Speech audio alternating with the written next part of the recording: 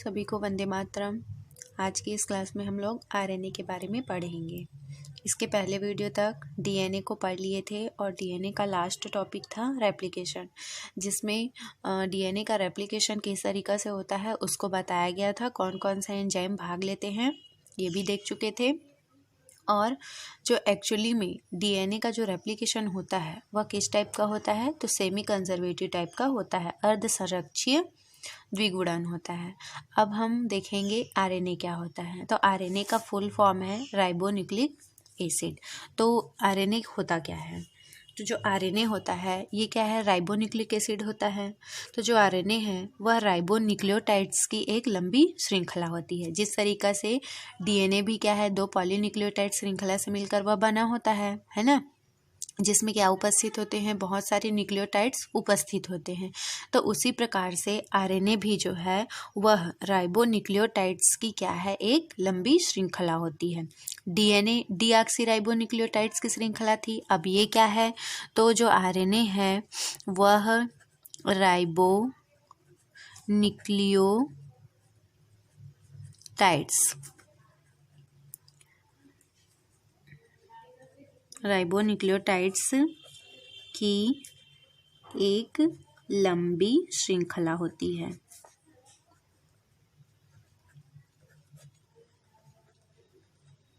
Clear. जिस तरीक़ा से डीएनए डीऑक्सीराइबोन्यूक्लियोटाइड्स उसमें प्रेजेंट होते हैं, उसी प्रकार से आरएनए में राइबोन्यूक्लियोटाइड्स प्रेजेंट होते हैं। तो कौन कौन से इसमें न्यूक्लियोटाइड्स पाए जाते हैं, है ना। तो ये बना कैसे होता है, तो यह तीन चीज़ों से मिलकर बना होता है। इसको भी हम लोगों ने डीएनए में देखा था। और वो चीज़ें कौन कौन सी होती हैं, तो इसमें होता है नाइट्रोजन क्षार। क्या होता है, जो डीएनए और आरएनए किससे मिलकर बने होते हैं, किससे उनकी श्रृंखलाएं बनी होती है, तो उसमें पहला था नाइट्रोजन क्षार, दूसरा क्या था, पेंटोज शर्करा या शुगर, और अगला क्या था, तो एक और उसमें था फास्फेट समूह, है ना। ये 3 चीज़ों से मिलकर डीएनए भी बना होता है और आरएनए भी बना होता है। अंतर इसमें इतना बताए थे कि जो नाइट्रोजन क्षार होते हैं वह 4 प्रकार के होते हैं। डीएनए में कौन कौन सा था, एडेनिन, ग्वानिन, साइटोसिन और थाइमिन था। लेकिन आरएनए में थाइमिन की जगह क्या आ जाएगा, यूरेसिल आ जाएगा, है ना। तो बस यही अंतर है डीएनए और आरएनए के नाइट्रोजन क्षार में। तो इसमें भी नाइट्रोजन क्षार 4 प्रकार के ही होते हैं, है ना, और वो इस तरीक़ा से हैं। और क्या होते हैं उसमें, पेंटोज शर्करा होता है और फास्फेट समूह होता है। अब इसमें हम देखेंगे कि यह जो आरएनए है वह प्रायः किसमें पाया जाता है, तो यह पाया जाता है कोशिका द्रव्य में। जिस तरीक़ा से डीएनए कहाँ पाया जाता है, तो डीएनए पाया जाता है केंद्रक में, और आरएनए प्रायः कहाँ पाया जाता है, तो यह कोशिका द्रव्य में पाया जाता है।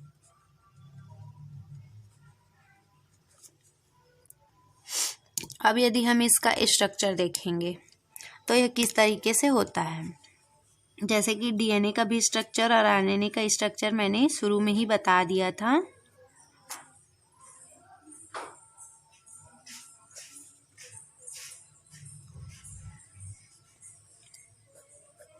यहाँ पर कार्बन उपस्थित होते हैं,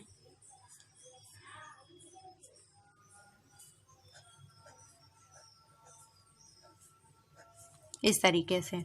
तो यहाँ पर पेंटोज शर्करा है ना, यानी कि 5 यहाँ पर दिख रहे होंगे राइबोज शर्करा। पेंटोज शर्करा में क्या रहेगा, राइबोज शर्करा। जैसे डीएनए में डीऑक्सीराइबोज शर्करा रहता है, उसी तरीक़ा से आरएनए में कौन सा शर्करा रहता है, तो राइबोज शर्करा रहता है। तो पेंटोज यहाँ पर भी है, मतलब यहाँ पर 1 2 3 4 और एक यहाँ पर पाया जाता है 5। तो 5 राइबोज शर्करा यहाँ पर उपस्थित होते हैं। और यहाँ पर नाइट्रोजन क्षार है, तो इसका सबसे पहले अगर स्ट्रक्चर देखेंगे तो यहाँ पर क्या होता है, H, इधर भी H होता है, H हाइड्रोक्सिल ग्रुप, यहाँ पर हाइड्रोजन ग्रुप, यहाँ पर हाइड्रोक्सिल ग्रुप, यहाँ भी हाइड्रोजन ग्रुप। तो देखिए आपको अंतर कहाँ पर दिख रहा होगा, डीएनए का जो दूसरा कार्बन है उसमें दोनों ओर क्या था, हाइड्रोजन समूह था, यानी कि इधर भी H है तो इधर भी H था। लेकिन आरएनए में यहीं पर क्या है, अंतर आ गया है। आरएनए में क्या है कि उसके दूसरे और तीसरे दोनों कार्बन पर हाइड्रोक्सिल ग्रुप उपस्थित होता है। और हमने बताया था कि पहले कार्बन से क्या जुड़ा होता है, तो पहले कार्बन से जुड़ा होता है नाइट्रोजन क्षार, चाहे वह एडेनिन भी हो सकता है, ग्वानिन भी हो सकता है, साइटोसिन हो सकता है या यूरेसिल हो सकता है। तो वो चारों नाइट्रोजन क्षार जो हैं वह कौन से कार्बन से जुड़े होते हैं, तो पहले कार्बन से जुड़ा होता है। डीएनए में भी यही बताया गया था, यहाँ भी हाइड्रोक्सिल ग्रुप होता है OH। और जो फास्फेट समूह होता है वो कौन से कार्बन से जुड़ा होता है, आपको डीएनए में बताया गया था, तो वो जुड़ा होता है 5वें कार्बन से। तो इस तरीक़ा से जो फास्फेट ग्रुप है वो जुड़ा होता है ना। तो डीएनए में भी सेम यही प्रोसेस है, बस यहाँ पर हाइड्रोक्सिल ग्रुप दूसरे कार्बन पर जुड़ा होता है जो कि आरएनए का होता है। बाकी पहले कार्बन से नाइट्रोजन क्षार जुड़ा होता है और 5वें कार्बन से फास्फेट ग्रुप जुड़ा होता है।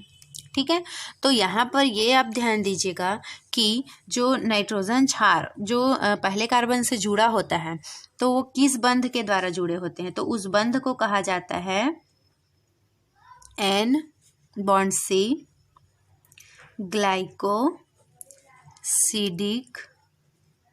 बंध।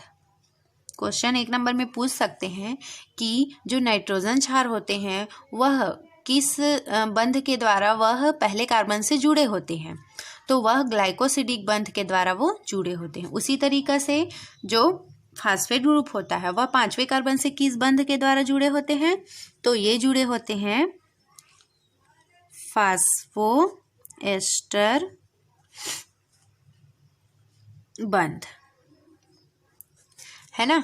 फास्फेट ग्रुप फास्फोएस्टर बंध के द्वारा 5वें कार्बन से जुड़े होते हैं और जो नाइट्रोजन समूह है वो ग्लाइकोसिडिक बंध के द्वारा पहले कार्बन से जुड़े होते हैं। तो इस तरीक़ा से था यह आरएनए का संरचना। अब हम देखेंगे कि आरएनए के जो न्यूक्लियोटाइड्स होते हैं, है ना, तो 4 प्रकार के न्यूक्लियोटाइड्स प्रेजेंट होंगे, A, G, C और U। तो उसको क्या क्या नाम रखा गया है, तो अब हम देखेंगे आरएनए के न्यूक्लियोटाइड्स। तो आरएनए में 4 प्रकार के न्यूक्लियोटाइड्स पाए जाते हैं और उसके क्या क्या नाम होते हैं। तो यहाँ पर जैसे कि एक संरचना में देखेंगे कि जो आरएनए है वह एक लंबी श्रृंखला होती है ना, और यहाँ पर नाइट्रोजन क्षार अंदर में उपस्थित होते हैं इस तरीके से, और वो नाइट्रोजन क्षार A भी हो सकते हैं, इधर G, C और U कुछ भी हो सकता है। और जो फास्फेट ग्रुप होते हैं वो कहाँ पर उपस्थित होता है, तो P+H, P+S, P+S और P+S, यानी कि ये पेंटोस शुगर और phosphate group, pentose sugar phosphate group और इसी से फिर नाइट्रोजन क्षार जुड़े होते हैं। तो इस तरीक़ा से एक लंबी श्रृंखला होती है। तो यहाँ पर 4 प्रकार के न्यूक्लियोटाइड्स उपस्थित होते हैं, उसको हम देखेंगे कि जब फास्फेट और शुगर, है ना, पेंटोस शुगर और फास्फेट ग्रुप से जब नाइट्रोजन क्षार जुड़ते हैं तो उसको क्या क्या नाम दिया गया है। तो यहाँ पर है जैसे कि P और +S, है ना, यानी कि पेंटोस शुगर और फास्फेट ग्रुप। पेंटोस शुगर ये है और फास्फेट ग्रुप यानी कि P से हम उसको शो किए हैं। तो जब पेंटोस शुगर और फास्फेट ग्रुप के साथ कौन सा नाइट्रोजन क्षार होगा, यदि एडेनिन जुड़ा हुआ है। कौन सा जुड़ा हुआ है, एडेनिन यदि जुड़ा हुआ है तो इसको क्या कहा जाता है, तो इसको कहा जाता है राइबो एडिनिलिक अम्ल। क्या कहा जाता है, राइबो एडिनिलिक अम्ल कहा जाता है। उसी तरीक़ा से दूसरा, जब phosphate group plus pentose sugar plus क्या रहेगा, ग्वानिन है ना, AG, तब इसका नाम क्या पड़ जाएगा, जब फास्फेट और शुगर दोनों के साथ कौन सा नाइट्रोजन क्षार जुड़ा रहेगा, जब G जुड़ा रहता है तो इतना को, है ना, इसको क्या नाम बोला जाता है, तो इसको कहा जाता है राइबो ग्वानिलिक अम्ल कहा जाता है। इसी तरीक़ा से जब phosphate group plus pentose sugar plus cytosine हो, साइटोसिन यानी कि C हो, तब इसका नाम पड़ जाता है राइबो साइटिडिलिक अम्ल। उसी प्रकार से लास्ट है P+S के साथ जब कौन सा नाइट्रोजन क्षार हो, यूरेसिल हो, है ना, यानी कि यू हो, तब इसका नाम पड़ जाता है राइबो यूरिडिलिक अम्ल। तो इस तरीका से आरएनए में 4 प्रकार के न्यूक्लियोटाइड्स पाए जाते हैं। पहला है राइबो एडेनिलिक अम्ल, है ना, जब इन तीनों को एक साथ राइबो एडेनिलिक अम्ल, राइबो ग्वानिलिक अम्ल, राइबो साइटिडिलिक अम्ल और चौथा है राइबो यूरिडिलिक अम्ल। तो इस तरीका से ये होता है आरएनए का न्यूक्लियोटाइड्स। अब हम देखेंगे आरएनए के प्रकार। आरएनए का जब हम प्रकार देखेंगे यानी कि टाइप्स ऑफ आरएनए, तो आरएनए जो है वह 3 तरीके का होता है। इसमें पहला है एमआरएनए। पहला क्या होता है? एमआरएनए। इसको कहा जाता है मैसेंजर आरएनए, हिंदी में कहा जाता है संदेश वाहक। दूसरा है टीआरएनए। टीआरएनए इसको कहा जाता है ट्रांसफर आरएनए। तीसरा होता है आरएनए, इसको कहा जाता है राइबोसोमल आरएनए। तो इस तरीका से जो आरएनए है, टाइप्स ऑफ आरएनए 3 टाइप्स के होते हैं। There are 3 types. पहला है एमआरएनए, इसको मैसेंजर आरएनए कहा जाता है, हिंदी में इसको संदेश वाहक आरएनए कहा जाता है। ये मतलब ये संदेशों को पहुंचाने का काम करता है। उसके बाद है टीआरएनए यानी कि ट्रांसफर आरएनए। ये क्या करता है? सूचनाओं को एमआरएनए तक ट्रांसफर करने का काम करता है। फिर लास्ट है आरआरएनए, इसको कहा जाता है, फुल फॉर्म है राइबोसोमल आरएनए। इसका हिंदी में भी इसको राइबोसोमल आरएनए ही कहा जाता है। अब हम इसको तीनों को डील करेंगे। तो सबसे पहला हम देखेंगे एमआरएनए क्या होता है। अब पहला हम देखेंगे, तो पहला क्या है? एमआरएनए। इसको हिंदी में कहा जाता है संदेशवाहक आरएनए, यानी कि ये संदेशों को, और संदेश किससे मिलता है? तो डीएनए से। डीएनए में सूचनाएं निहित होती हैं, जो क्या करते हैं? तो डीएनए की ही सूचनाओं को ये जो एमआरएनए है ना, तो उन संदेशों को यह कहाँ पहुँचाता है? राइबोसोम तक पहुँचाता है। तो हम यहाँ पर लिख लेंगे कि यह डीएनए से प्राप्त आनुवंशिक सूचनाओं को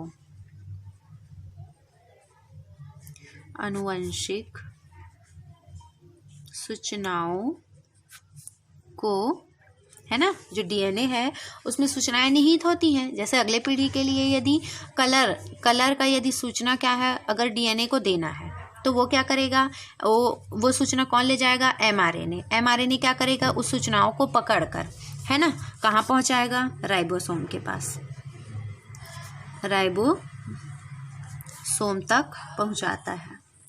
तो ये है एमआरएनए का काम। अब क्यों वह राइबोसोम तक पहुँचाता होगा? तो हम जानते हैं कि जो डीएनए होता है, डीएनए अपनी सूचनाओं को, है ना, डीएनए जो है वह अपनी सूचनाओं को कहाँ जाता है? वो सबसे पहले एमआरएनए में जाता है, और एमआरएनए में जाने के बाद किसका निर्माण होता है?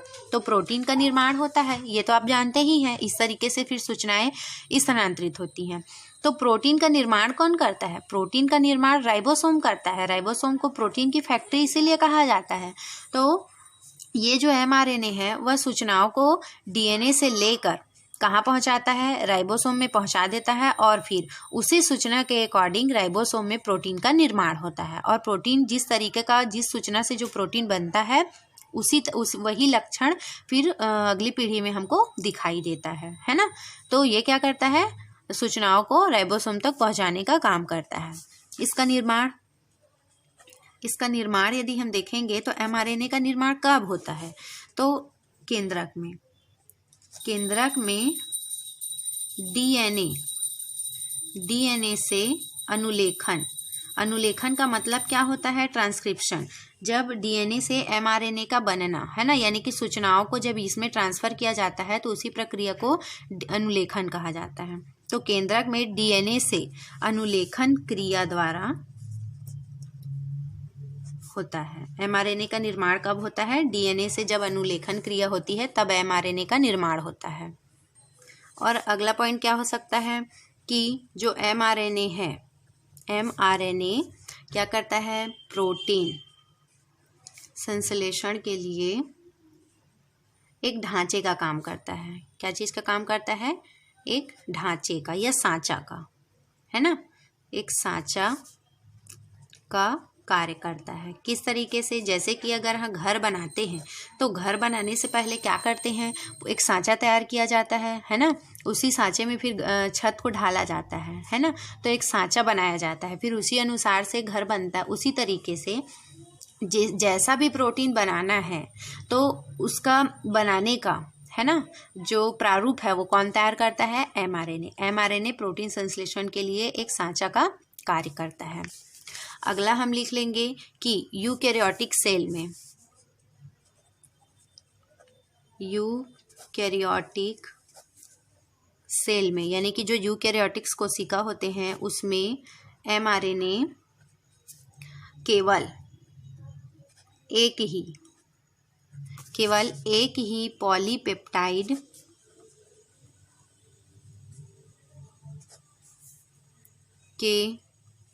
पॉलीपेप्टाइड श्रृंखला के संश्लेषण की सूचना का वहन करता है। कहने का मतलब यहाँ पर ये है कि जो mRNA होता है वो यूकैरियोटिक कोशिका में, जिसमें केंद्रक वेल डेवलप्ड होता है, वहाँ पर जो mRNA होता है वह केवल एक ही पॉलीपेप्टाइड श्रृंखला के संश्लेषण की सूचनाओं का वहन करता है। यानी कि केवल एक ही प्रोटीन बनाएगा, एक ही सूचनाओं को यह ले जाकर राइबोसोम में छोड़ देता है और केवल एक ही सूचना का प्रोटीन वहाँ पर तैयार होता है। तो इस प्रकार के mRNA को क्या कहा जाता है? तो इस प्रकार के mRNA को कहा जाता है मोनोसिस्ट्रॉनिक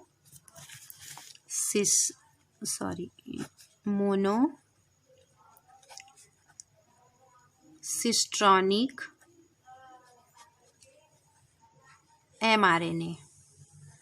केवल एक ही प्रोटीन को ले जाकर वह राइबोसोम में देता है और एक ही लक्षण तैयार होता है। जैसे कि आँख का भूरा रंग वो डीएनए सूचनाओं को क्या कर दिया? अनुलेखित कर दिया mRNA में। अब mRNA क्या करेगा? उसको राइबोसोम में ले जाएगा केवल एक ही लक्षणों को। तो इस प्रकार के mRNA को कहा जाता है मोनोसिस्ट्रॉनिक mRNA। इसी तरीके से अगला हम देख लेंगे कि जिस प्रकार यूकैरियोटिक सेल में केवल एक ही प्रोटीन का निर्माण होता है इसलिए उसको मोनोसिस्ट्रॉनिक mRNA कहा जाता है। उसी प्रकार से प्रोकैरियोटिक्स में क्या होता है? बहुत सारे प्रोटीन्स का निर्माण करते हैं, है ना। तो प्रोकैरियोटिक सेल में जो mRNA है एक से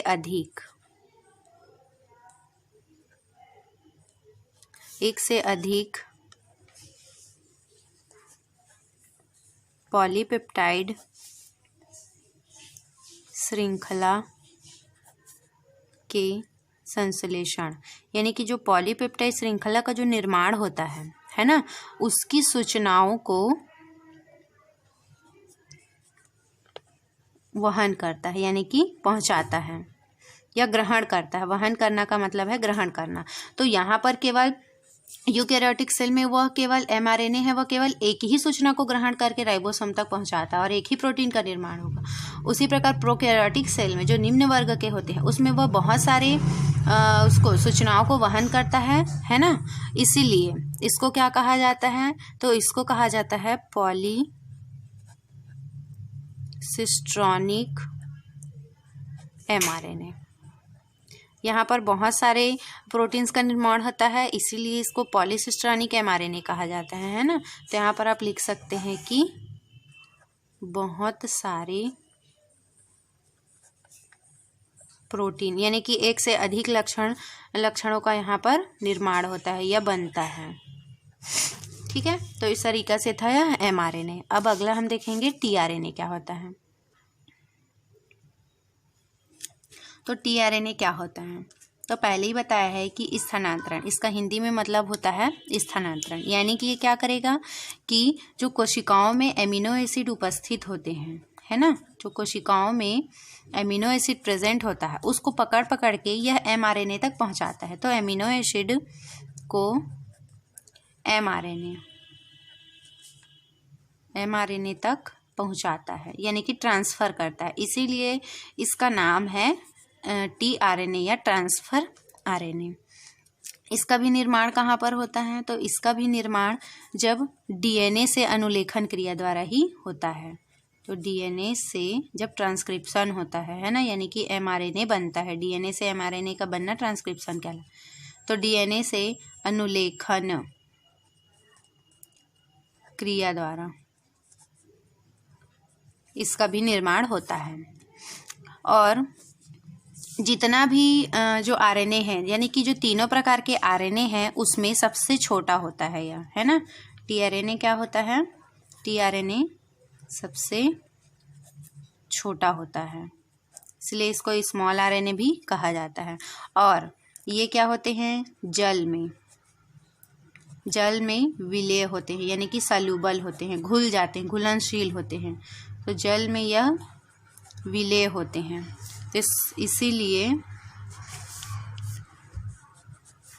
इसको क्या कहा जाता है? घुलनशील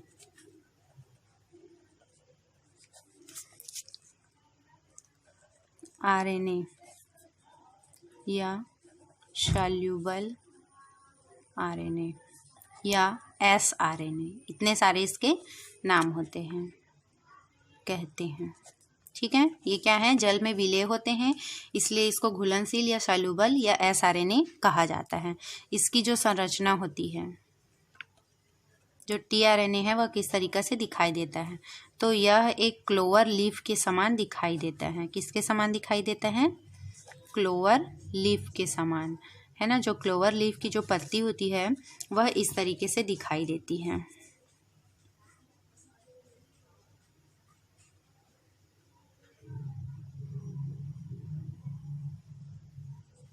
इस तरीके से। तो इसी तरीके से होता है टीआरएनए। ठीक है, यहाँ पर एक पॉइंट छूट गया है कि जो एमआरएनए होता है, वह कोशिका में आरएनए का कितना प्रतिशत होता है? तो यह जो होता है वह कोशिका में, है ना, 3% से 5% तक होता है। उसी प्रकार से जो टीआरएनए होता है, ये होता है 16 से 18%। जो कोशिकाओं में जो कुल आरएनए उपस्थित होते हैं, उसमें से 3 से 5% एमआरएनए होता है, यानी कि ये कम होता है। उसके बाद 16 से 18% तक टीआरएनए पाया जाता है। अब अगला हम देखेंगे आरआरएनए। तो आरएनए क्या होता है? सॉरी, राइबोसोमल आरआरएनए क्या होता है करके इसको बोला जाता है राइबोसोमल आरएनए।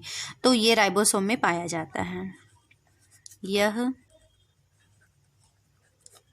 राइबोसोम में पाया जाता है, इसीलिए इसको कहा जाता है राइबोसोमल आरएनए। क्लियर? और यह क्या करता है? प्रोटीन संश्लेषण, जो प्रोटीन का निर्माण होता है, उसमें मदद करते हैं। तो प्रोटीन संश्लेषण में सहायक होते हैं, क्योंकि जो राइबोसोम है वही क्या करते हैं? प्रोटीन का निर्माण करते हैं। तो यह कुल आरएनए का यह अधिकांश भाग आरआरएनए ही होता है। तो 80% भाग आरआरएनए होता है, यानी कि सबसे ज़्यादा कौन सा होता है? आरआरएनए होता है ना, और सबसे कम होता है एमआरएनए। अब हम कुछ अन्य और आरएनए हैं उसको देख लेते हैं, है ना।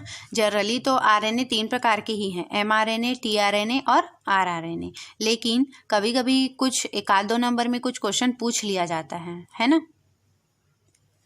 तो यहाँ पर हम कुछ अन्य आरएनए देख लेते हैं, अन्य आरएनए।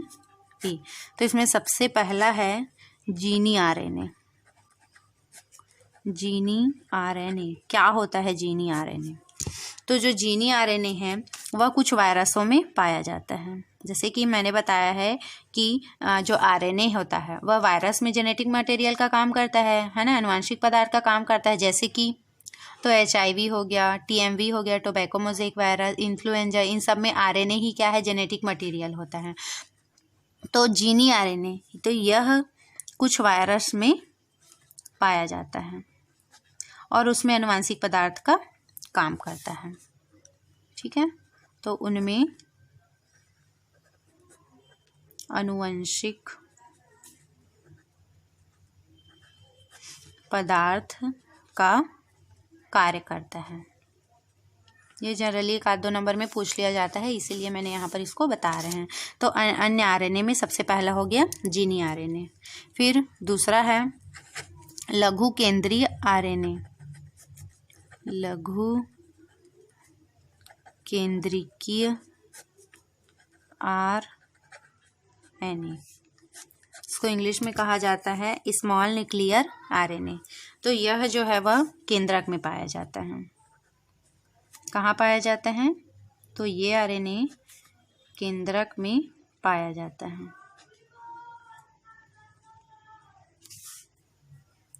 और क्या करता है यह? तो यह mRNA व rRNA के निर्माण व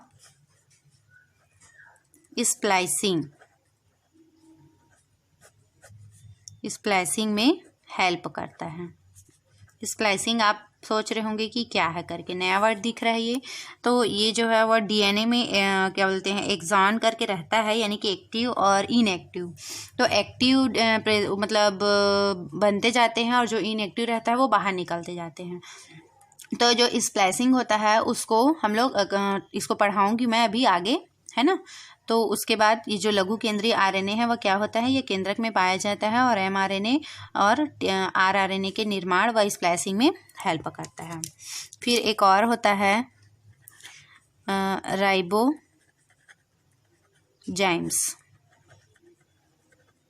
राइबोजाइम्स आरएनए। ये जो है वह आरएनए उत्प्रेरक की तरह काम करता है। तो यह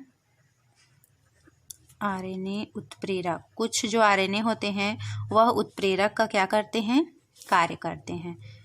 उसे राइबोजाइम्स कहते हैं। ठीक है, तो इस तरीक़ा से था यह आरएनए जो है वो भी, उसमें भी 4 नाइट्रोजन क्षार पाए जाते हैं। A, G, C और U होता है ना। T के जगह पर U पाया जाता है। और आरएनए जो है वह 3 प्रकार के होते हैं, मैसेंजर आरएनए, ट्रांसफर आरएनए और राइबोसोमल आरएनए। और कुछ अन्य आरएनए भी है जो इस तरीके से तीनों को बताया गया है। तो आज के लिए बस इतना ही है। अब आगे की क्लास हम नेक्स्ट वीडियो में देखेंगे। धन्यवाद।